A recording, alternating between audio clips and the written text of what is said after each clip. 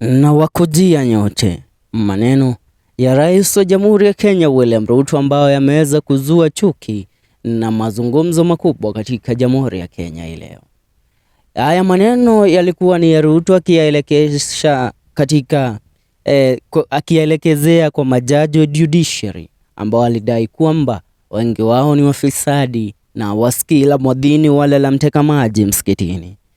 I'm coming for you. You will go to jail, exile or heaven. Ruto sends ruthless message to judges today. President Ruto has delivered a stern warning to corrupt judges, declaring that they will face severe consequences for obstructing his development agenda. In a bold statement, the president emphasized that judges ruling against his policies must brace themselves for challenging times ahead.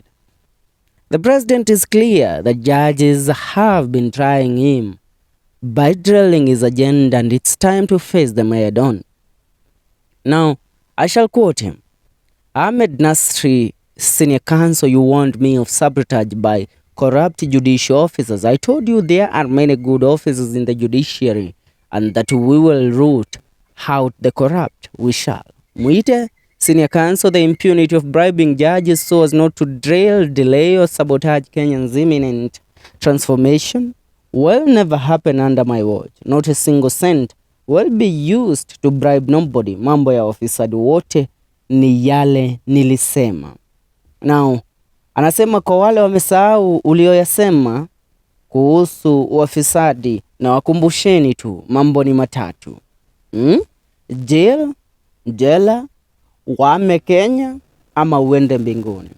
Now the president remarks comes amidst an ongoing debate about the judiciary's role in shaping and challenging government activity initiatives. And now President Ruto, undeterred by legal setbacks, asserted that those attempting to impede this progress should expect a robust and unyielding response.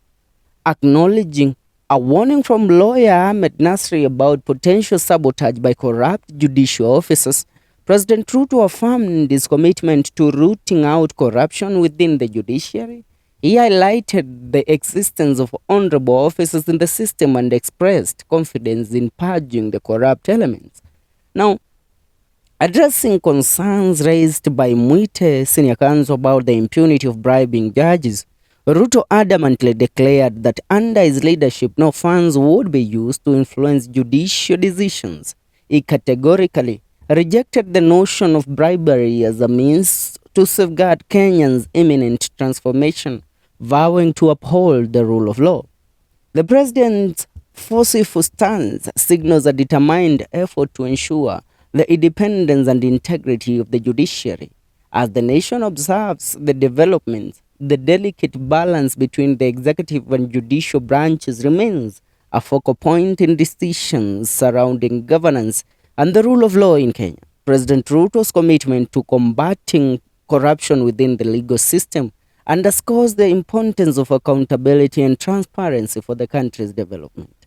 Rais wa Jamhuri ya Kenya William Ruto ametangaza vita dhidi ya majaji ambao inaaminika wanapokea hongo katika mahakama kuu, ndipo kuweza kupinga mikataba wala kupinga miswanda ya maendeleo ambayo inatolewa na serikali ya muungano wa Kenya Kwanza inayoongozwa na Rais William Ruto. Amepata kumnukuu rafiki yake wa karibu na aliyekuwa wakili wake wa karibu, Gradmula ukipenda mwite, Ahmednassir, ambaye ni moja kati ya mawakili wakubwa hapa nchini.